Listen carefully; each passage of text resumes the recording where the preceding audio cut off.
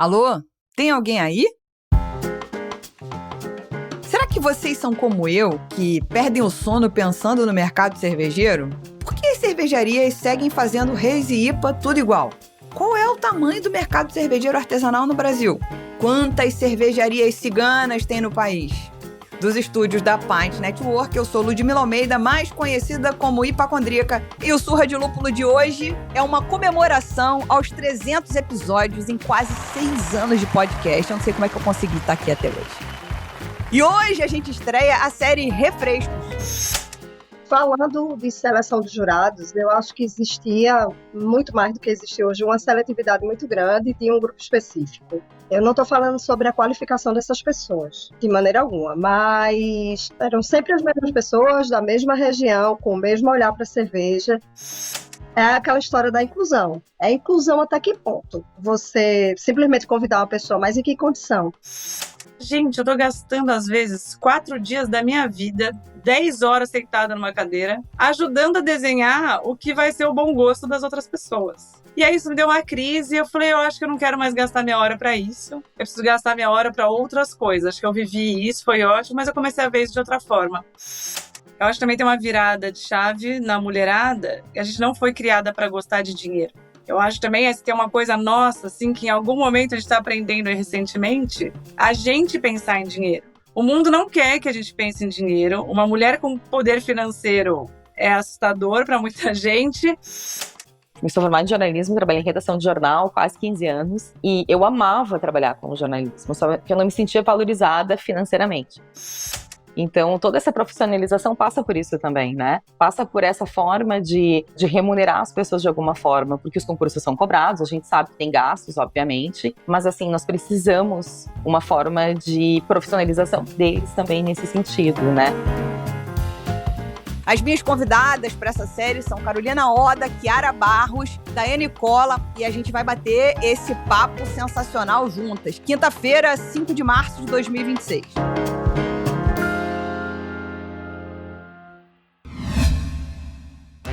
Se você gosta do conteúdo que a gente produz aqui no Surra de Lúpulo, então considere apoiar esse projeto independente para a gente continuar existindo. Você pode virar um mecenas ou uma mecenas através do site apoia.se/Surra de Lúpulo ou ainda de forma absolutamente gratuita, que é compartilhando o link desse episódio, avaliando o podcast com 5 estrelas na sua plataforma de streaming preferida. Pequenos gestos fazem o Surra de Lúpulo chegar mais longe. Sabe um jeito bom de contribuir com o Surra de Lúpulo? Bebendo cervejas. Ah, vocês vão falar, mas a gente já faz isso. Não, meus amigos e minhas amigas, aqui eu me refiro a comprar e consumir cervejas de quem ajuda o Surra de Lúpulo a se manter no ar e com a casa arrumada. Sabe quem? A Stannis, que não só produz rótulos incríveis de altíssima qualidade, mas vão além. Proporcionam experiências completas com seus bares próprios e um e-commerce que entrega a cerveja em todo o Brasil. E o melhor, quem está nos ouvindo pode aproveitar o cupom SDL12 para garantir 12% de desconto em qualquer produto no site da Stannis. Então acessa stannis.com.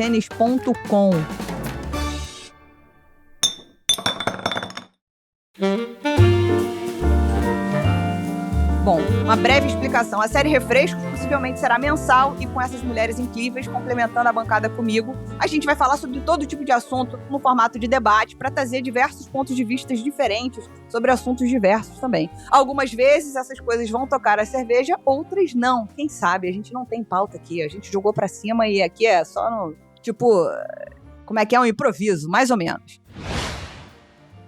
Eu ia querer começar com uma pequeníssima proposta de que cada uma falasse um pouquinho de si. Eu duvido que as pessoas não conheçam. Kiara Barros, Carolina Oda, Daiane Cola. Mas enfim, sei lá, uma frase. Kiara, quer começar? Boto você na fogueira. Uma frase sobre Kiara Barros. Quem é? Eita, agora ficou difícil pra mim. Impossível, mas falo verdades. Boa! Carol, vai lá, chapa tua frase aí. Respirei cerveja por 10 anos e depois saí por N motivos, mas tem um lado meu que ainda ama. Boa, boa. Dai. Gente, que difícil, mas vou pegar carona na Kiara que eu gostei. Mansinha, mas nem tanto. Oh, boa, boa, boa. Bom, se eu fosse falar alguma coisa de mim, eu sou uma bola de estresse misturada com agitação, com ansiedade, enfim, todas as coisas que deixam o nosso coração batendo forte. Viciada em entregar projetos. Então esse é o meu vício. Eu gosto de entregar coisas. Quando alguém chega pra me contar um negócio, sei lá, Carol vai chegar e me contar uma tristeza. Falar, amiga, me dá uma pá. Onde que eu cavo? Como é que eu faço pra te ajudar? Então eu sou aquela pessoa da ação. Precisar de uma pá, me dá uma pá que eu cavo. Então, antes dessa gravação, a gente começou a conversar sobre coisas pra todo mundo se reconhecer aqui. E eu acho que a gente podia começar num ponto bem legal, que foi a Chiara tava falando sobre concurso cervejeiro. E eu queria que ela trouxesse pra gente a perspectiva dela, que é jurada, que participou de diversos concursos no Brasil inteiro, saindo do Nordeste pra, de repente, participar de outros concursos em outras regiões. Qual é a tua perspectiva sobre isso? E aí depois eu queria a mesma coisa da Oda e da Dai, que eu acho que também já foram... A Dai com certeza é jurada, a Oda eu não sei se já julgou ou não, e depois eu falo o que acontece com a minha vida. Vai, Chiara. Bom, assim, tem muitos assuntos sobre concurso. A gente tinha que fazer várias pautas sobre esse assunto. Perfeito. Mas, falando de seleção de jurados, eu acho que existia, muito mais do que existe hoje, uma seletividade muito grande de um grupo específico. Eu não estou falando sobre a qualificação dessas pessoas, de maneira alguma, mas eram sempre as mesmas pessoas, da mesma região, com o mesmo olhar para a cerveja, e se sente uma dificuldade muito grande de encontrar profissionais em outros lugares, e eles existem. Existe, na verdade, uma preguiça de avaliar e de entender e de procurar. Porque quando a gente procura, a gente acha. Não é possível que não tenha profissionais no norte e no nordeste do país, no centro-oeste, que são capacitados para isso. Então, durante muito tempo no mercado, esse era um problema grande que agora está um pouquinho menor. Existem outras questões de acessibilidade e outras coisas, porque nem todo mundo está disponível para bancar uma passagem, porque a gente sabe que isso é um trabalho voluntário. Isso já seria uma outra pauta também para a gente pensar na questão de remuneração de concursos, e dentre outros absurdos que a gente tem nos concursos cervejeiros, tá? E durante muito tempo eu fiz esse papel muito no intuito de abrir portas para as pessoas da minha região, principalmente para as meninas da minha região. E eu sentia que se eu não fosse, eu estava fechando uma porta, que já era quase inexistente. Se tinha 3 ou 4 pessoas no Nordeste, era muito. Do Norte eu não vou nem falar, porque eu acho que nem tinha um jurado ou outro em algum concurso ou outro. E aí eu não queria que essa porta se fechasse. E aí você tem exaustão, custo. Teve ano de eu julgar 7 concursos. Não é todo mundo que está disposto a fazer isso, muito menos financeiramente. Eu vivo de cerveja, eu vivi de cerveja a vida inteira, mas nem todo mundo consegue viver de cerveja. Como é que se banca uma coisa dessa? É praticamente impossível. E aí eu vejo que a gente tem passado por uma mudança, uma certa mudança. Eu acho que a gente está tendo um pouco mais de diversidade nos concursos, mas ainda a representatividade é muito pequena. Então, o que é que a gente vai fazer para mudar essa realidade? Será que isso vai acontecer com a regionalização dos concursos? Será que a gente vai pensar em maneiras diferentes de atrair esses jurados, seja com a remuneração ou com a ajuda de custo em passagem? Mas é porque isso é muito custo para o concurso. E como é que as outras bebidas fazem? Como é que o café faz? É através de patrocínio? Como é que funciona? Será que a gente parou para pensar nisso, as organizações de concurso? Enfim, tem pano para manga aí a discussão, mas o fato é que a gente tem uma visão nichada da cerveja, de pessoas que estão sempre nos mesmos lugares, olhando para as mesmas coisas e deixando de ver a diversidade que a gente tem no país gigante como é o Brasil. A Copa da Abraceva é um exemplo claro de como é difícil fazer sim, mas que é possível, e de quanto isso engrandece o concurso quando a gente faz isso, quando a gente leva para outras regiões. Então eu acho que é um ponto que a gente tem bastante coisa para discutir sobre. Sem dúvida, acho que você trouxe várias perspectivas muito importantes e eu vou trazer a minha rapidamente só pra gente dar aquela dosada, porque eu nunca julguei um concurso. Pra não dizer que nunca, eu julguei um concurso no Rio, porque me pediram muito, mas assim, não é o meu perfil. Eu sou sommelier, gosto de cerveja e tal, não sei o quê, mas não é o meu perfil. E eu acho que isso me atrasa de uma maneira tão grande, porque é quase como se faltasse um respeito. Tipo, você não julga cerveja, você não é juíza, você não é juíza BJCP. Aí eu falei, caraca, velho. E tipo, você tem que fazer tudo, né? Você tem que editar vídeo, você tem que ser juíza BJCP, você tem que fazer harmonização. Parece que tem um caminho traçado que se você não cobrir essa linha, você não tá fazendo tudo. E aí, eu queria entender, assim, como é que... Carol, você já julgou concurso? Ou fora da cerveja também, se você quiser trazer essa informação? Nossa, julguei muitos anos. Não sei dizer quantas vezes eu fui pra Blumenau. Meu primeiro concurso foi um da Acerva, em Florianópolis. Então, assim, meu primeiro concurso foi cervejeiro caseiro. Mas eu fiquei uns anos julgando, sim. E outras bebidas também. Mas a minha história de deixar de fazer isso é diferente, assim. Tem uma... Quando eu conheci esse livro, acho que outras pessoas já falaram desse livro, do Nicola Perulo e tal, que ele fala da estética do gosto. Eu conheci o Nicola há uns anos, muitos anos, e eu vi uma palestra dele. E ele, parece que ele verbalizou uma coisa que eu já sentia, assim, que é quanto que os sommeliers muitas vezes trabalham sendo uma elite crítica que desenha o bom gosto. E aí eu falava, gente, eu tô gastando às vezes 4 dias da minha vida, 10 horas sentada numa cadeira, ajudando a desenhar o que vai ser o bom gosto das outras pessoas. E aí isso me deu uma crise e eu falei, eu acho que eu não quero mais gastar minha hora para isso. Eu preciso gastar minha hora para outras coisas. Acho que eu vivi isso, foi ótimo, mas eu comecei a ver isso de outra forma. E aí foi meio que esse o meu momento ali. E aí acho que, claro, fui para outras bebidas. Não tô sendo radical nesse sentido só do bom gosto. Claro que tem outras coisas envolvidas numa avaliação. Mas naquele momento foi o que me deu um despertar. E aí quando eu participo de outras bebidas, eu gosto que tenha um julgamento além envolvido. Quando é coquetelaria, você tem que avaliar o discurso, a hospitalidade, né? Assim, você tem que avaliar outras coisas ali, além do somente o líquido. Então, eu prefiro concursos que a pessoa tem que ser avaliada em outras esferas também, não somente de aromas, sabores e afins. Nossa, que rico. Eu acho que você trouxe foi muito rico, assim, muito, muito legal. Inclusive, o motivo pelo qual você decide sair, né? Parar com o julgamento da cerveja. Me senti menos sozinha agora. Obrigada, Carol. Não, eu achei lindo que você nunca julgou. Obrigada. Mas eu entendo as pessoas te julgarem por isso. É um ouroboro do julgamento. Eu não julgo cerveja, eu sou julgar. É o julgar porque não julgou. Dai, você que é ainda uma juíza, a Chiara também, uma juíza atuante, agora também na organização, tá pra gente um pouquinho aí da sua experiência aí.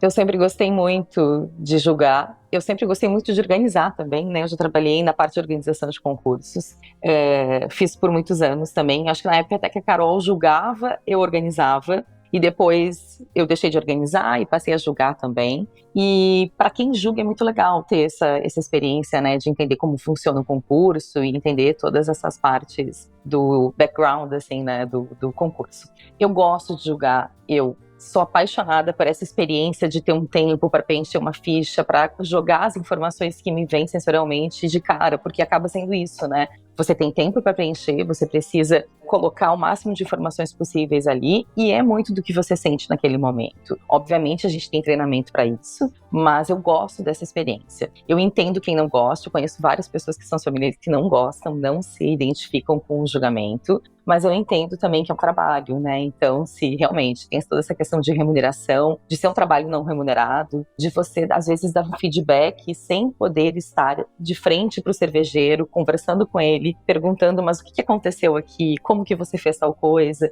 Então, também tem toda essa questão, mas é uma forma de ajudar o mercado. Eu sempre pensei dessa forma, na verdade, né? De uma forma de poder ajudar o mercado. Eu sempre tentei, agora menos, mas por muitos anos, e eu digo com facilidade por mais de 10 anos, eu sempre tentei aceitar todos os convites possíveis, participar de todos os julgamentos que eu pudesse, porque além disso eu queria também, como a Chiara falou, abrir portas para as mulheres, não necessariamente de uma região específica, e eu entendo completamente tudo que a Chiara fala, e eu concordo 100% com o fato de que a gente tem essa regionalização, né, de juízes e de pessoas envolvidas com a bebida, mas sempre a questão de tentar abrir portas, e não à toa o mercado cervejeiro dessa parte de sommelieria do Brasil é repleto de mulheres, né? A gente tem muita mulher, é algo que as pessoas comentam com muita frequência, né? A gente recebe juízes de outros lugares, ou vamos julgar em outros lugares, e somos mulheres, todo mundo comenta, nossa, como o mercado brasileiro tem mulher. E eu acho que isso é super positivo, porque a gente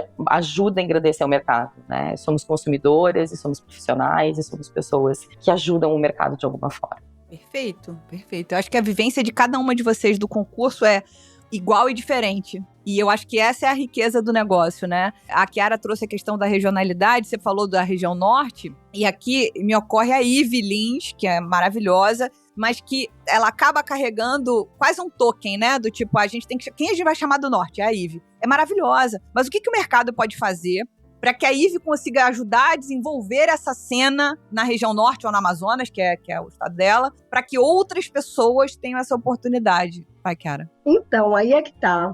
Aí é que eu não sei necessariamente se é ela que tem que fazer isso, sabe? Porque eu tentei fazer isso por muito tempo e é cansativo. Eu também estou me aposentando dos concursos. O ano passado eu falei, não vou julgar nada esse ano. Mas aí eu tinha uma missão lá de tentar ver se a gente conseguia resgatar o concurso brasileiro, né, para tirar aquela máfia que existia antes. Então, assim, a gente não vai conseguir mudar as coisas de uma hora para outra, mas a gente precisa limar algumas coisas do nosso mercado. As pessoas precisam enxergar isso de alguma maneira. Então, eu acho que tinha essa missão também de tentar ajudar. Né? E estou lá de novo esse ano porque faço parte do Conselho Consultivo. E o Conselho Consultivo, de uma certa forma, teve um papel importante, junto com a organização do concurso, de tentar trazer gente do país inteiro. A maior quantidade possível, pelo menos. Mas existem outras dificuldades, né? Não é só desenvolver pessoas, porque existem pessoas nesses lugares já. Mas é a condição realmente de que o concurso não ajuda essas pessoas a se deslocarem. Não é todo mundo que vive de cerveja e nem é todo mundo que tem a disponibilidade. Não é só o deslocamento. É como a Carol falou, a gente passa 4, 5 dias no concurso. Eu sou autônoma. Eu recebo pela minha produtividade. Se eu estou no concurso, eu não estou recebendo, eu não estou trabalhando. Eu estou trabalhando no concurso para desenvolver o mercado, perfeito, concordo, fiz isso muitos anos da minha vida, sendo que eu trabalho, eu preciso trabalhar. Se eu tiver uma consultoria nesse período e eu não conseguir reagendar, eu não vou para o concurso, porque é o meu trabalho, eu tenho que ganhar dinheiro para sobreviver. Então, assim, não é todo mundo que consegue uma liberação do seu trabalho para passar uma semana no concurso, ainda arcar com despesas aéreas. Então, assim, essa questão é a questão que é muito mais complexa. Além de desenvolver pessoas, que a gente precisa sim, por isso que eu sou a favor de trazer gente nova, que eu digo, não é gente que não tem conhecimento de cerveja, gente que tem conhecimento, mas não tem experiência em concurso. Sempre tem que ter, né, no concurso, em uma mesa tem que ter pelo menos uma pessoa dessa para se desenvolver, porque serão os futuros jurados, né? Isso aí é uma coisa que eu defendo muito. Mas não é só isso. É muito mais complexo que isso. Se fosse isso, era fácil a gente escolher pessoas qualificadas para julgar. Conheço um monte, faço uma lista facilmente de pessoas do Norte e Nordeste para julgar. Mas como essas pessoas vão chegar? É aquela história da inclusão. É inclusão até que ponto? Você simplesmente convidar uma pessoa, mas em que condição? Então, assim, existe uma complexidade nos concursos, né, que a gente precisa realmente discutir com as organizações de concurso como que a gente vai fazer se a gente quiser ter um corpo de jurados qualificados e diverso. Então, é muito mais complexo do que o que a gente pensa, assim, de só convidar pessoas. Então, a gente convida a Eve, ela mora em Manaus, é difícil, cara. Sabe quanto custa uma passagem de Manaus para Blumenau? Se ela julga 3 concursos por ano, quanto que isso custa para ela? Sim. Ela é sommelier de cerveja. É difícil o sommelier de cerveja viver só de sommelieria. Não é simples assim. Então, assim, ela está se dispondo a fazer isso porque o concurso também traz benefícios para ela, de uma certa maneira. Uma coisa que, para mim, por exemplo, nunca trouxe. Então, esse negócio de você vai fazer network, para muita gente funciona. Para mim, não faz diferença nenhuma. Assim, não estou querendo ser arrogante, sou grata pelos convites, gosto de participar dos concursos, eu acho que ajuda realmente o mercado, mas, sinceramente, para mim não faz diferença nenhuma, assim, na minha vida profissional, ser juíza, não. Faz até contato com conversar e tal, mas isso nunca trouxe trabalho para mim. Para algumas pessoas, eu entendo que faz muita diferença, sim, né? Então, ela faz esse esforço de vir para Manaus. Não é todo mundo que tem essa disponibilidade. Vai lá, Oda. É, justamente nisso que eu ia falar, assim, de certa forma, a história de um plano de carreira. Também é isso, na primeira resposta foi bem resumida, mas assim, claro que tem a ver com plano de carreira também. Eu acho que assim, no mercado de cerveja, a gente sabe que tem muita gente que não vive do dinheiro do mercado de cerveja, assim como é na gastronomia. E eu acho, sem julgamentos, queria eu ser herdeira ou ter dinheiro fixo de outra coisa. Chega uma hora que assim, você fala, ok, até aqui já investi, já coloquei meu dinheiro, agora eu vou fazer uso disso e agora eu preciso ganhar o meu dinheiro. Porque no final do concurso você está gastando dinheiro, tem gente ganhando dinheiro com isso. Na verdade, é uma coisa muito de imagem. É a imagem de quem julga, com a imagem de quem ganhou uma medalha, com a imagem de quem organiza. E, na verdade, o dinheiro mesmo, ele tá na mão muitas vezes de quem organiza, por isso deu tanta confusão. Mas é um jogo de imagem. Então, assim, chega uma hora que você fala, já explorei a minha imagem nesse lugar. Agora eu vou pra hoje. Já postei, já falei, já apareci. Fiz contato, conheci gente de fora, fui pra Argentina, fulano que jogou comigo me recebeu e tal. faz uso disso. Chega uma hora em que, assim, a vida, para quem precisa, a vida tem que ser sobre dinheiro também. Então, isso também faz parte da minha história. Já usei, já explorei, agora eu preciso explorar outra coisa, fazer dinheiro com outra coisa. E aí também era isso, eu tinha 20 e poucos anos, morava com os meus pais, eu conseguia ficar investindo nisso. E aí chega uma hora que você fala, não, né? Então, acho que deixar o concurso também tem a ver um pouco com isso, porque as pessoas têm uma grana grande envolvida ali para você, como disse a Chiara, poder ficar ali 4 dias deixando alguém ganhar dinheiro. Dai. Eu admiro muito a Carol por ter pensado nisso com 20 e poucos anos, de verdade, porque eu demorei um pouco mais para enxergar isso. Eu acho que um pouco do deslumbre, assim, né, de você ter os contatos, de você ter, né, ter o prestígio, então, de ser convidada, de ser recebida nos lugares, é sempre muito legal. Mas realmente é um investimento gigantesco, com pouquíssimo retorno. E é engraçado porque eu tive algum retorno, mas obviamente não suficiente, fazendo avaliação sensorial para cervejarias para inscrever cervejas no concurso, né?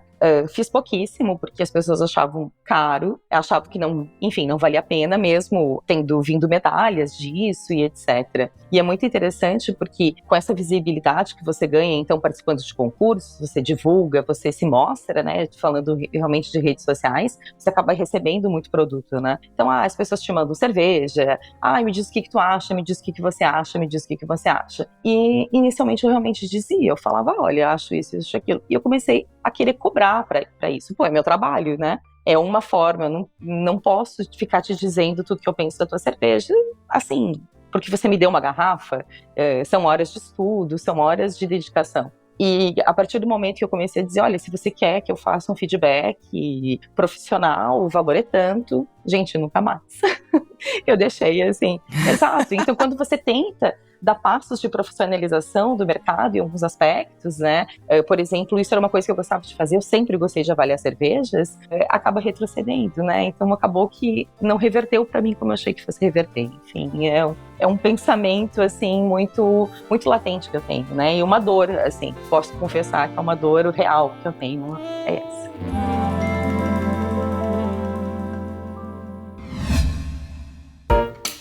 A Dogma, nosso patrocinador aqui no Surra de Lúpulo, é uma daquelas cervejarias que não param. São lançamentos quase toda semana, cervejas sempre frescas, não pasteurizadas e um portfólio que tem propostas para todos os momentos. Desde a Pilsen leve e honesta para o dia a dia, até as Hazy IPAs carregadas de lúpulo ou uma Imperial Stout envelhecida em barril para os momentos mais especiais. Independente de onde você está no universo da cerveja, seja iniciante ou já veterano de copo na mão, a Dogma tem uma cerveja para te surpreender. Você pode comprar pelo site que entrega cerveja fresca para todo o Brasil, assinar o clube Lovers e receber rótulos exclusivos todo mês em casa, ou se for de São Paulo, dá uma passada em um dos bares da marca. E o melhor, ouvinte do Surra de Lúpulo tem 7% de desconto no site usando o cupom SDL7. Acesse cervejariadogma.com.br e garanta a sua.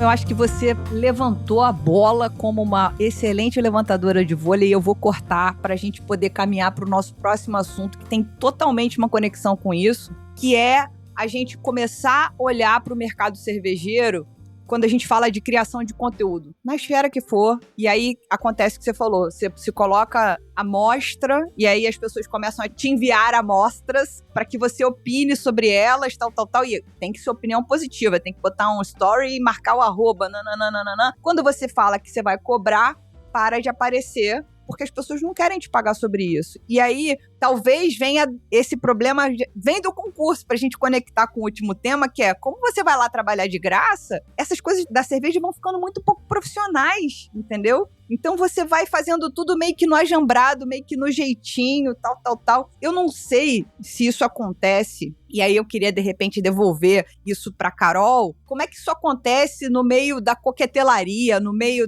nessa outra área que você vive, né? Que você vive. Hoje você tá mais enfiada em hospitalidade, treinamento de equipe, me corrija se eu estiver errada, tal, do que na cerveja, como você já esteve. É, isso mesmo. Né? E aí, tipo, você imagina... poderiam ter chegado pra você em algum momento na época da cerveja e falar, faz uma cartinha de cerveja aqui pra mim, de graça. Ou a minha pizzaria, E eu lembro você dando uma aula sobre carta de cerveja no programa que a gente fez, você falando, cara, as pessoas querem botar cerveja, não sabem nem onde guardar a cerveja, aí depois dá uma merda tremenda. Mas enfim, fala um pouco sobre essa questão dessa... A gente já sabe que a cerveja tem um problema grande de não profissionalização e de não remuneração, né? As pessoas são convidadas a trabalhar sem receber.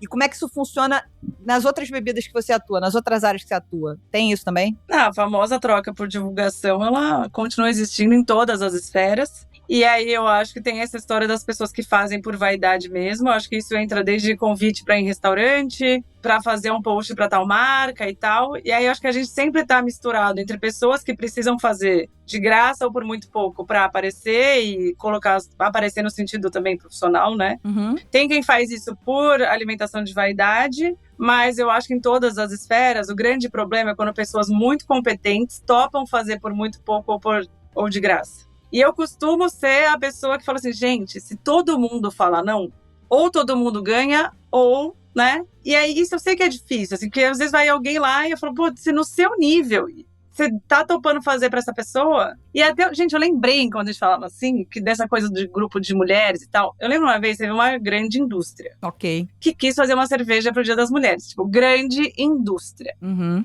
E aí veio, não, já juntar fulano, ciclano, vamos fazer uma cerveja em outra cidade. Eu falei, então, mas e o cachê? Não tem cachê. Eu falei, não, mas assim, a gente vai sair de casa. Não, transporte. Não, transporte, isso daí pra mim não entra nem na conversa. E aí, quando falaram quem topou, era gente de calibre muito grande. Tipo, de imagem, de história, de profissional. Eu falei, se essas pessoas estão... A hora que a gente podia ganhar dinheiro de uma indústria que é milionária, essas pessoas toparam fazer de graça, a gente nunca vai ganhar dinheiro. E no final, essa história que uma dos motivos das dificuldades de eu estar em alguns meios é que no final fica tudo sobre vaidade. E acho que alguns movimentos, inclusive, se perderam porque era muito mais sobre o marketing pessoal do que sobre a causa coletiva. E a hora que veio uma grande indústria e poderia pagar X mil reais para todo mundo, limpar a imagem deles de que, nossa, a gente é super feminista, todo mundo topou fazer de graça. E eu não fui. Eu falei, eu não vou. E aí eu não fui. E aí tem essas discussões. Mas eu acho que essa história, a gente pode ser terapia, o que for, assim. A vaidade é um negócio que... Gente, até assim, para quem frequentou um dia uma igreja na vida, meu pai sempre tem até um versículo. Vaidade, diz o pregador, tudo é vaidade. E aí fica tudo muito misturado, assim. E isso está envolvido em todos os mercados e cenários que tem um pingo de exposição. Então, seja por número de seguidor, seja por ser famoso, seja por chegar e ganhar um convite. E você vê, às vezes, uma pessoa que é tipo advogada, tá lá bombando, abre um perfil de avaliar restaurante. Porque o sonho dele é ser convidado. Então, assim, aí não é sobre dinheiro, só que tem uma galera que tá precisando fazer isso por dinheiro. Sim. Então, acho que em todas as esferas, isso tudo é muito, muito misturado. E não dá pra julgar, né? Cada um com seus motivos e motivações e tudo bem. Claro. Rola permuta de consultoria? Rola tipo assim, ó, faz uma consultoria aqui pra mim e tal. Rola, não? De jeito nenhum. Uma coisa que eu não faço é precarizar o meu trabalho, assim. Eu acho que isso é precarização. Eu vivo de cerveja, né? Diferente de muita gente no mercado. Eu sempre vivi disso. Então, não dá, sabe? As pessoas tratam o trabalho do outro como uma dica. Não é dica. Dica a gente dá, a gente ajuda. Mas eu não posso oferecer meu trabalho gratuitamente para alguém ganhar em cima disso. Eu acho que existem propósitos, e quando existe eu faço questão de fazer. Já fiz muito trabalho de graça e faço quando eu acho que é necessário, quando eu acho que aquela empresa é uma empresa que merece que eu faça isso por ela, mas isso não é uma rotina, e nem pode ser. Então, se me chamam para dar uma palestra no seminário que é pago, eu não dou de graça, porque é o meu trabalho. A não ser que essa verba seja destinada para algum fim que eu acho que é importante. Vou com todo prazer, como já fui várias vezes.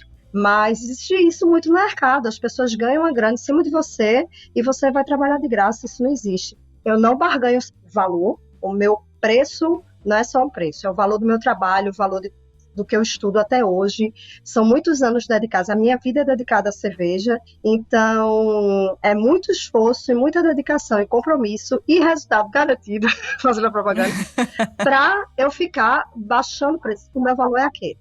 Se você está disposto a pagar, eu te ajudo, a gente vê uma forma, mas eu não negocio. Eu não negocio o meu valor. Perfeito. Porque quando eu coloco um preço no meu trabalho, aquilo é o meu valor que vai junto. Então, faço não. Isso é uma forma de diminuir a gente, assim.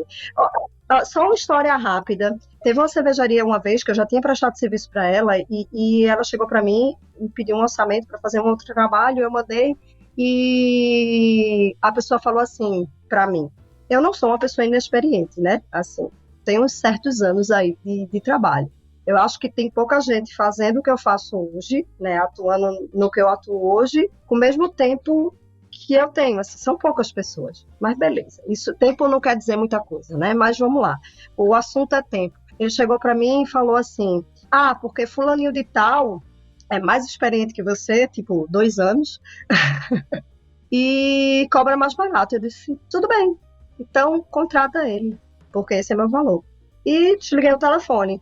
No outro dia, o contrato estava assinado na minha caixa de e-mail. Então, assim, se a gente não se valoriza, não valoriza o trabalho que a gente faz, a gente não chega a lugar nenhum. E, infelizmente, a gente vê no mercado muito profissional se depreciando. Tem um colega ou colega conhecida muito boa no que faz, que cobrava uma mixaria, assim. E eu cheguei para as pessoas e conversei. Eu digo: por favor, não faça isso. Porque você está precarizando o seu trabalho e o nosso também. Sim. Porque quando eu chego e cobro um valor justo, as pessoas acham que eu estou superfaturando o meu trabalho. Então, não faça isso, por favor. Então, a gente tem que aprender que o nosso trabalho tem valor e que esse mercado ele precisa ser profissionalizado urgente, de maneira urgente. A gente fala tanto em qualidade, em que cerveja artesanal é diferenciada, mas cadê isso dentro das fábricas, dentro dos restaurantes, Cadê? Né? Quem quer pagar um sommelier? Quem quer fazer um treinamento de equipe? Quem quer uma equipe operacional qualificada na sua fábrica realmente? Então, assim, se a gente não começar a colocar certos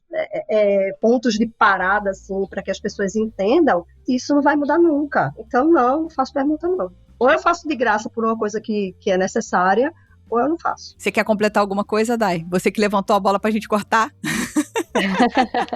Então, na verdade, eu queria só complementar o que a Chiara falou para fazer só um fechamento que a gente falou antes com relação aos concursos, né?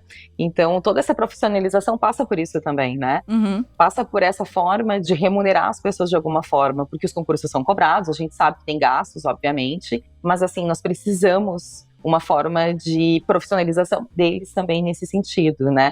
Acho que o único concurso que eu conheço que paga alguma coisa aos jurados é o World Beer Cup. E também é algo recente, não faz tantos anos que eles começaram a fazer isso. Eles têm lá uma taxa que eles pagam, eles não pagam um hotel, mas você tem desconto, então você consegue uma hospedagem normalmente por um preço muito bom e sobra uma graninha para você ainda. Eles dão uma alimentação e você ainda sobra uma graninha para você fazer alguma coisa nesses dias. E então acho bem interessante esse modelo também. É o ideal? Claro que não, mas é uma discussão, é um caminho. E a gente está falando de um mercado brasileiro que tem aí 15 anos, né, gente? Sim. Então, assim, já passou essa fase de nós estarmos fazendo coisas para desenvolver. Eu acho que esse mercado já está maduro, né, de alguma forma. Então, precisa aí de mais organização e, enfim, de outros pensamentos em torno de concursos e dessa profissionalização.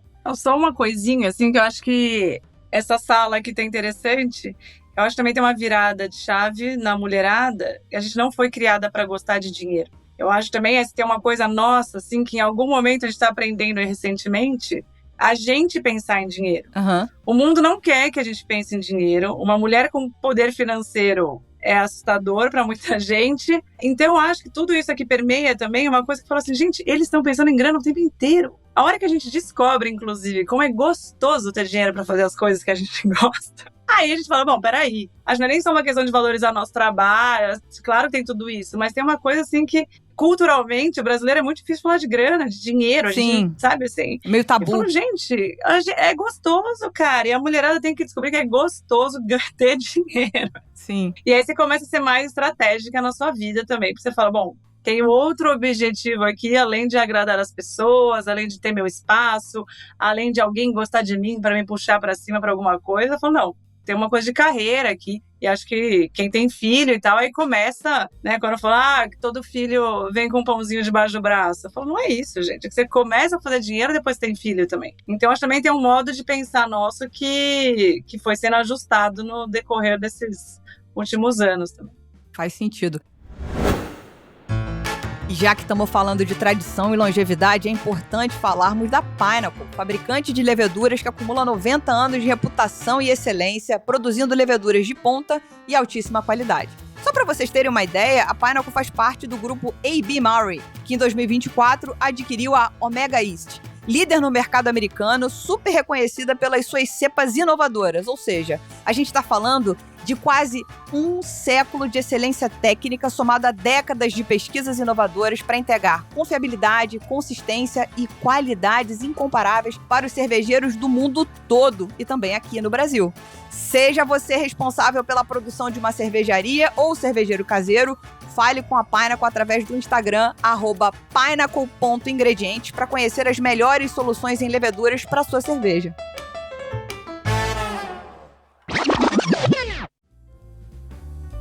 Vocês estão me dando muita conexão, Brasil. Minha cabeça tá assim, ó. Tá. A gente falou de profissionalização, como a Day lembrou, o mercado tem mais de 15 anos, a gente já tá no mercado maduro, tá inclusive no mercado que já passou daquela fase de estilingar, né? A gente já tá numa fase platô e até decréscimo em algumas situações, que faz parte, é uma limpeza do mercado. E o nosso mercado cresceu muito em todas as áreas, na parte de quantidade de sommelier, quantidade de cervejaria, né? Porque rolou um boom, né? Rolou uma questão de um interesse concentrado muito grande nesse começo. E isso significou que muitas pessoas, estamos em 4 aqui nesse momento, mudaram de carreira. Olharam para a cerveja como uma possibilidade de fazer uma transição de carreira. Assim como os donos e donas de cervejaria também, em muitas situações, eram profissionais em outras áreas e falaram, eu faço uma boa cerveja caseira e eu vou produzir minha cerveja, seja cigana, seja montando planta própria, etc. E a gente ainda está passando, talvez, pelas dores dessa profissionalização, não profissionalização, profissionalização numa área, fazendo uma transição de carreira numa área que talvez não conheça tanto. Porque de nós 4 aqui, salvo engano, apenas a Chiara falou assim, eu sempre trabalhei com cerveja, a Carol deve ter começado com cerveja, mas já falou assim, isso aqui não, só isso aqui pra mim não dá não, quero outra coisa, ou seja, de alguma maneira fez uma transição de carreira, e a Day também era jornalista, segue talvez atuando na área, mas enfim, também rolou uma tentativa de transição de carreira e etc. Então acho que era legal a gente falar sobre transição de carreira. Quer falar, Day? Quer começar com isso? Eu acho que era bacana, não? Posso começar assim, eu abri o microfone e posso falar. Manda bala. Na verdade, foi justamente isso. Eu me sou formada em jornalismo, trabalhei em redação de jornal quase 15 anos, e eu amava trabalhar com jornalismo, só que eu não me sentia valorizada financeiramente. Olha só que engraçado. E eu migrei para assessoria de comunicação. E a assessoria de comunicação era algo que realmente era muito mais interessante financeiramente para mim, mas ela não me dava o contato que eu gostava com as pessoas. Nesse processo de mudança de cidade, meu marido mudando de profissão, eu também acabei embarcando nisso e encontrei a cerveja artesanal nesse caminho. E a cerveja, na verdade, a cerveja artesanal que me encontrou, porque eu fui fazer o curso de sommelier e as coisas começaram a acontecer a partir daquilo. E para mim, sim, foi uma mudança de carreira, mas por eu trabalhar com outras coisas também, não só com o jornalismo, e por eu ter outras rendas e etc., eu consegui talvez permanecer mais tempo, porque aquele dinheiro, aquilo não me sustentava, né? Que é muito diferente de vocês. Uhum. Então eu entendo isso e entendo que eu permaneci mais tempo, mas eu também acordei da forma com que a Carol falou, do tipo assim, cara, mas eu preciso ganhar dinheiro, isso pra mim não tá fazendo mais sentido. Uhum. Então assim, não faz sentido eu estudar e me dedicar tanto e investir tanto e não ter nenhum retorno, não faz sentido. O que me dá retorno hoje, quando a gente fala em cerveja, é o passaporte cervejeiro. Olha, já tô fazendo merchan do passaporte. Uhum. Pode fazer merchan à vontade, maravilhosa. Que é uma empresa de viagens cervejeiras, né? A gente leva grupos para a Bélgica, agora a gente vai levar também grupos para a Alemanha. Então, Então, eu consegui unir, na verdade, algo que eu chamava que é viagem, contato com pessoas, que é algo que eu sempre gostei de fazer, e a cerveja. Então, demorou tanto tempo, mas eu acho que eu encontrei um caminho de também ganhar dinheiro com isso. Eu acho que não aconteceu para todo mundo. E talvez poderia ter acontecido antes comigo se eu fosse mais... Não sei se a palavra é dedicada, mas se eu conseguisse me mudar tão rapidamente, sabe? Porque eu acho que o mercado mudou bastante e eu não acompanhei essa mudança. Eu acho que eu podia ter acompanhado um pouco mais o ritmo e crescido de alguma forma. Mas eu também optei por me afastar um pouco disso, né? Uhum. É isso. Eu acho que a transição de carreira está demonstrada aqui no nosso nesse núcleo de 4 mulheres, a Chiara não transicionou, mas ela transicionou de alguma maneira com o papo que eu tive com ela, quando ela fala assim, eu trabalho com cerveja, eu vivo de cerveja, mas eu não posso mais fazer só cerveja, né? Antes do carnaval, você estava onde? Conta pra gente, não fazendo só cerveja, mas fazendo seu trabalho, que é de consultoria. Então, dá um pouquinho desse chance aí, que não é uma transição, mas é uma transição, de alguma maneira. Pois é, eu fiz algumas transições dentro da área, né? Eu sou engenheira química, então eu trabalho com alimentos de maneira geral. Não faço mais porque a minha demanda maior é para cerveja, mas eu estava trabalhando numa empresa de sorbet, de açaí, implantando gestão sensorial. Então, é isso que eu faço também. Então, a gente tem que ampliar o nosso leque, porque a gente sabe que o mercado oscila, e aí a gente sofreu bastante na pandemia. Então, é isso, a gente tem que pegar os conhecimentos que a gente tem e ir avançando. Então, eu trabalho com outras bebidas também, mas majoritariamente com cerveja. Eu mudei algumas vezes dentro da cerveja, né? Eu comecei dentro de fábrica, mas aquilo ali sugava a minha vida inteira e eu gostava, tá? Eu amava fazer aquilo e foi a decisão mais difícil da minha vida, foi sair 24 horas da fábrica, porque é isso, quem trabalha em fábrica são 24 horas. Todos os dias da semana, todos os dias do ano. Porque quando você não está lá, o telefone está tocando o tempo inteiro. Então, a disponibilidade era de 100%. E eu não queria mais isso, eu queria ter escolhas. E aí eu transicionei para a parte de consultoria e educação, e aí você vai abrindo outras portas. E como é massa e bonito o mundo das bebidas, né? Principalmente a parte sensorial. Então, você vai abraçando outras coisas e fazendo... Eu acho que você se descobrir fazendo outras coisas e vendo que você gosta e aprendendo coisas novas, para mim, pelo menos, é muito importante. Então, estava lá eu, no açaí, né? Já trabalhei com biscoitos, já trabalhei com outros alimentos também, sempre nessa parte de gestão sensorial. E é bom, hein, a dica, não tem profissional no mercado para isso não, pouquíssima gente. Olha só. Fazendo isso. Que legal. E aí, Carol, eu queria que você trouxesse essa tua perspectiva dessa transição. Você começa com cerveja. E, aliás, por que começar com cerveja? Você começa com cerveja, aí você sai e faz esse... É porque eu acho que você é uma força da natureza. Deixa eu fazer um pequeno parêntese aqui, super rápido. A melhor coisa de ter um podcast, e aí seja do assunto que for, pra mim, foi, tipo assim, quando eu quero ficar amiga de alguém, eu chamo pra pessoa ser entrevistada. Então, pô, só pra vocês saberem, eu fiz isso com todas vocês. E agora todos moram no meu telefone, eu tenho uma grande admiração, fechei parênteses. Tudo brother, sai pra jantar. Tudo sister. Encontra no meio da rua, abraça. É isso, maravilhosa. Fala pra gente aí, por que começar com cerveja e como é que foi a tua transição? Então, na verdade, eu comecei com gastronomia, né? Eu fiz faculdade de gastronomia. E aí o meu primeiro emprego foi com cerveja porque minha tia era amiga da Silene Saurin. Porra! E a Silene Saurin precisava de uma pessoa pra ajudar ela. Eu falo de meu primeiro trabalho com cerveja, eu tinha 17 anos, eu organizei uma caixa de cartões de visita da Silene, eu passei pro Excel. Isso que eu fiz. Meu primeiro trabalho com cerveja foi esse, com 17 anos. Essa caixa é do poder até hoje, se bobear, hein? Não, menina, era assim, o telefone de, sei lá. Deus@céu. Todos. Então foi a primeira coisa que eu fiz. E aí, quando eu saí da faculdade, a Silene pediu pra eu ser assistente dela nas consultorias. E eu fui, porque eu sou muito curiosa. E eu acho que muitas vezes eu falava alguma coisa assim, tipo, nem sempre você colhe o que você plantou. Eu jogo umas sementes assim pro vento, só que daí quando aparece eu falo, vamos aí, aproveita. E a Silene foi isso, eu falei, gente, a Silene tá querendo que eu trabalhe com ela, vamos lá. E aí depois fui trabalhar no bar do Edu Passarelli, aí depois fui trabalhar na importadora do Giba Tarantino. Eu fui indo. E aí, hoje você fala da força da natureza, né? Assim, eu sou a louca do autoconhecimento. Eu já fiz N testes de autoconhecimento e tal. Eu tenho, igual a Dai falou, assim, de adaptabilidade, de flexibilidade. Eu vou indo, assim. E como eu sou autônoma há muito tempo, eu sempre falei, a empresa sou eu. Se eu quiser mudar, se eu cansei disso aqui, se isso aqui me irritou, e eu tenho uma coisa, assim, de sobrevivência, se começa a ficar incômodo, eu tenho que sair. Pode ser o que for. Uma casa, uma relação, um namoro, um trabalho, um mercado. Se começa a me incomodar, eu dou meus pulos, assim, e saio. Então, eu comecei nisso, e aí depois, coquetelaria também. Hoje eu não faço nada, faz 2 anos que eu mal saí para beber, sempre tem um trauma envolvido. Isso vai ficar para um próximo episódio de refrescos. Mas quando eu vivo alguma coisa que me incomoda, eu consigo sair, eu sobrevivo de outro jeito, assim. Então, perfeito. A transição para mim é menos racional. Foi racional no momento. Isso foi bem racional, acho que bem no nosso tópico aqui. Eu comecei a trabalhar com cerveja em 2006. O primeiro curso de sommelier de cervejas foi em 2011.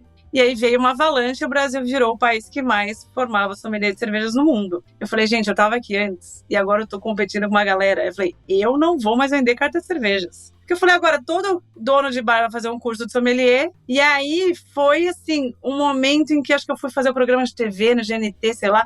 Eu falei, bom, tá vindo um bando de sommelier. Eu tava aqui desde quando era mato. Eu vou ter que disputar orçamento com essa galera. Aí eu falei, mas pouca gente desses trabalhou em restaurante. Falei, então eu vou vincular a operação de bar e restaurante com cerveja. Aí eu rapidamente, essa foi consciente. Eu falei, não dá pra eu disputar com trocentos sommeliers que vão entrar no mercado querendo vender carta de cervejas. E aí logo em seguida veio a história das torneiras, que ninguém mais fazia carta de cervejas. Era a seleção de rótulos. Não ia mais existir consultoria de cerveja. E aí nessa hora também eu já tava indo pra consultoria de atendimento. Então, eu tenho uma sagacidade, assim, ó, que eu vou sacando o rolê, eu falo, vamos, bora. Perfeito. Então é meio isso, a transição na minha vida. Perfeito. Legal. A Mil Alt, parceira do Surra de Lúpulo, é uma fazenda de lúpulos nacionais localizada na Serra Gaúcha a 1.000 metros de altitude. E o que eles produzem é simplesmente impressionante. O lúpulo é da variedade Saaz, cultivado e processado com controle rigorosíssimo desde o plantio até a entrega, garantindo que o produto chegue na sua panela com o máximo de frescor. O resultado é um lúpulo com identidade própria, com aroma herbal, cítrico e amadeirado, que já está presente em diversas cervejas medalhadas no Brasil. E o melhor, não precisa ser só para edição especial. Com alta disponibilidade e sem flutuação cambial, o lúpulo Mil Alt pode entrar no seu produto de linha com qualidade e consistência. Seja você cervejeiro caseiro ou profissional. Vale muito conhecer. Acesse o Instagram, @lúpulosmilalt e descubra como trazer mais frescor, terroir e qualidade para sua cerveja.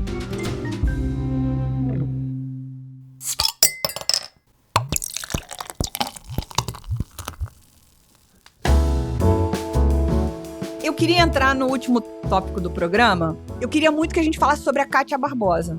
Todo mundo tem alguma coisa para contribuir nesse assunto? Eu não tenho, e é uma frustração bizarra. Eu conheci ela, mas eu tive pouquíssimo contato também. Então, assim... Tá. Kiara, você teve, não teve? Então, eu vim dos primórdios que a gente não tinha muito contato com as pessoas. Então, a gente sabia da existência, eu trabalhei na mesma empresa que ela, mas ela, nessa época, infelizmente, ela não era da produção de cerveja. Eu sempre fui cervejeira, né? Ela era da área de qualidade. A gente, infelizmente, não tinha essa conexão e essas referências. Eu não tive no meu começo, nenhuma referência mulher, porque elas existiam, algumas, sendo que a gente era muito isolada. Não tinha, até tinha uma rede social ou outra, mas o mundo profissional não se misturava. A gente não tinha esse contato com pessoas do trabalho fora. Então, infelizmente, nessa época, não. Não, perfeito. Eu tive um contato com ela posterior e ela é uma pessoa incrível. Eu tive muitas conversas com ela, porque a gente tinha muitas afinidades, porque a gente era da mesma área, né, de produção. E são poucas mulheres assim, não é que são poucas, né? Elas existem, né, no seu mundinho. Normalmente, as meninas da produção são mais recolhidas, assim. Então, a gente trocou, eu vi muitas coisas que eu gostaria de ter ouvido lá quando eu comecei, sabe? Que infelizmente eu não tive essa possibilidade, mas com toda certeza do mundo, ela tem uma influência também na minha vida, pelas nossas conversas, mas também de maneira indireta, porque com certeza ela abriu portas para que eu estivesse ali, fazendo o que eu fiz, fazendo coisas que na época dela ela não conseguiu fazer, infelizmente. Né? Ela só conseguiu quando ela se libertou das empresas que ela trabalhava e criou a própria empresa dela. Foi assim a maneira que ela conseguiu. Mas eu tenho certeza que os passos que eu dei dentro dessas mesmas empresas também partiu de lutas dela, sabe? Lá atrás. Então eu tenho uma admiração enorme por ela. Eu acho que se tem alguém que é unanimidade, era ela. Eu acho que é difícil para todas as mulheres, independente da capacidade técnica de todas nós, mas eu sinto que ela quebrou todas as barreiras, até as pessoas mais complicadas entendem e reverenciam aquela mulher. Assim, ela uma das pessoas mais importantes, eu acho, que a gente teve nos últimos tempos no mercado, e foi, assim, foi uma dor e um sentimento de perda, assim, incrível e que vai ficar por muito tempo, mas que ela deixou um legado enorme pra gente. Eu convivi muito, gente, mas é isso. Você conviveu com ela? Fala pra gente, por favor. Bastante, porque a primeira vez que eu julguei cerveja na vida, que foi esse campeonato em Floripa, ela tava. Como era...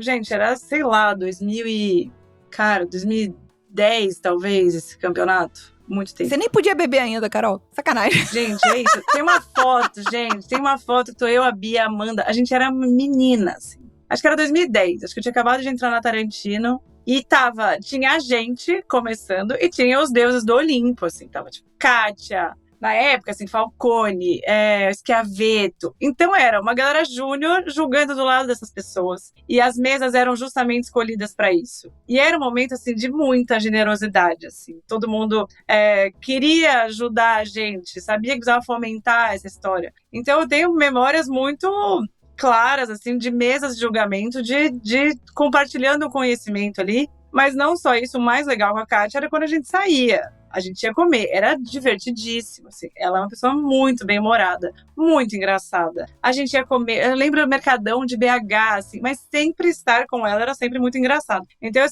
tenho essas duas coisas, assim, muita generosidade e muito divertida.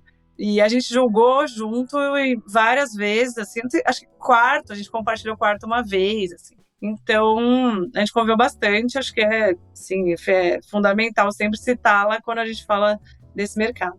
Por que eu perguntei pra vocês sobre a Kátia? Pra gente ir chegando na amarração final do nosso programa, que tem um pouco de relação com isso, com esse encontro, digamos assim, que eu, ano passado, eu fiquei viciada, absolutamente viciada, num programa que é produzido pela Rádio Novelo, chamado... Caraca, o nome vai me fugir da cabeça agora. Mas é uma produção para a instituição da TID Setúbal, gente com muita grana, que é Escute as Mais Velhas, o nome do podcast. Se vocês não ouviram ainda... Maravilhoso! Já ouvi alguma... Fernanda Torres, uma galera assim, não foi? Que é tipo assim... Não. Esse é o Análise com a... Isso não é uma sessão de... Não, acho que é entrevista a Neca Setúbal, que tinha mulheres, tipo, muito mais velhas que... Então, mas a Fernanda Torres não tá nesse grupo. Não, mas mais velhas. Acho que era, tipo, 50 mais, assim, 40... Não, mas a Fernanda Torres não tá nesse grupo, porque tá a segunda onda da geração feminista, mas é isso mesmo. A TID Setúbal... A Neca Setúbal tá entrevistando com a Sueli Carneiro,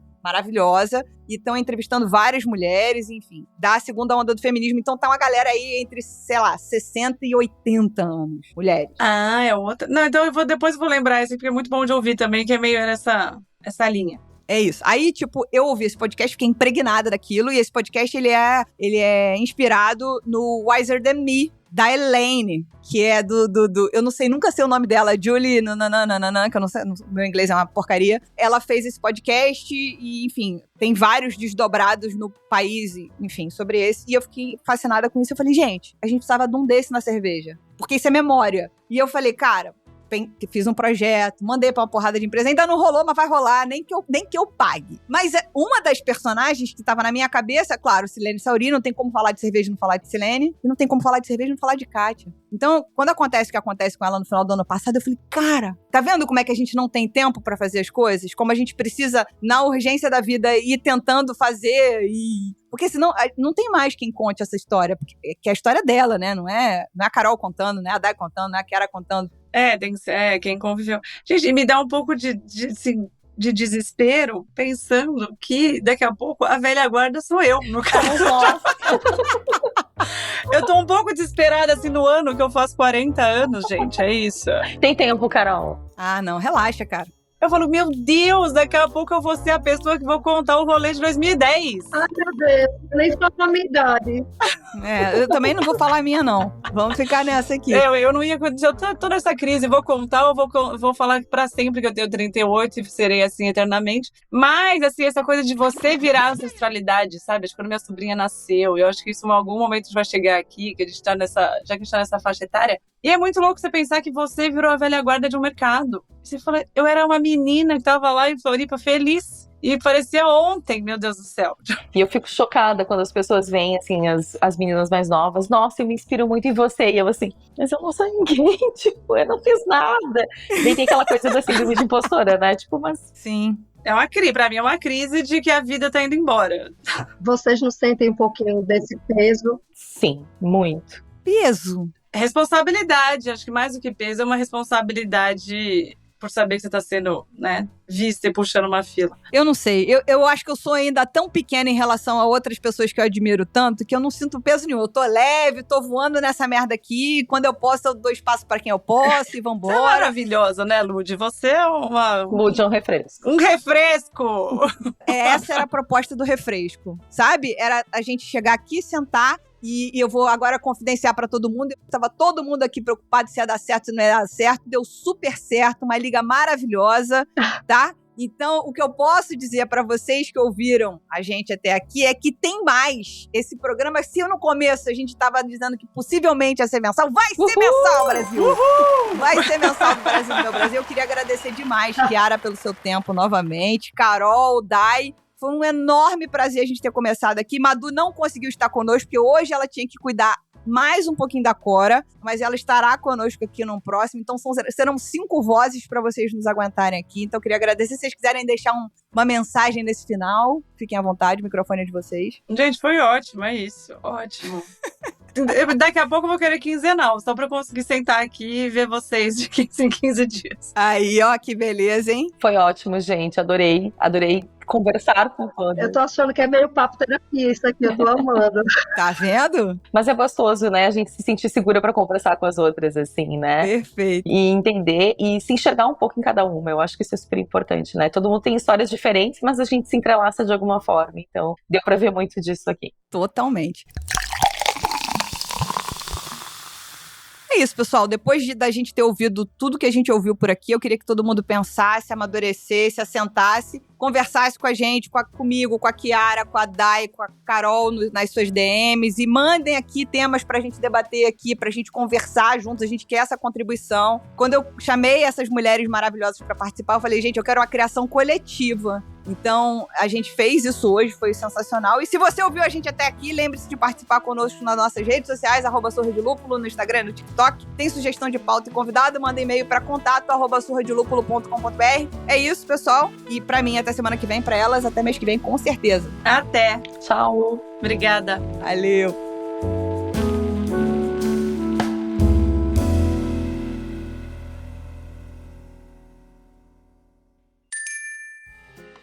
Este podcast é uma produção da Pint Network e está disponível no Spotify, no YouTube ou na sua plataforma de áudio preferida. Na nossa equipe, contamos com a colaboração de Henrique Boaventura, Ludmila Almeida e Maurício TK, sócios e apresentadores do podcast. Também fazem parte do time Gabriel Gurian, na apresentação e redação do blog, Rubens Reis, na edição, Hop Your Media, nas redes sociais, e Laís Andrade, no design.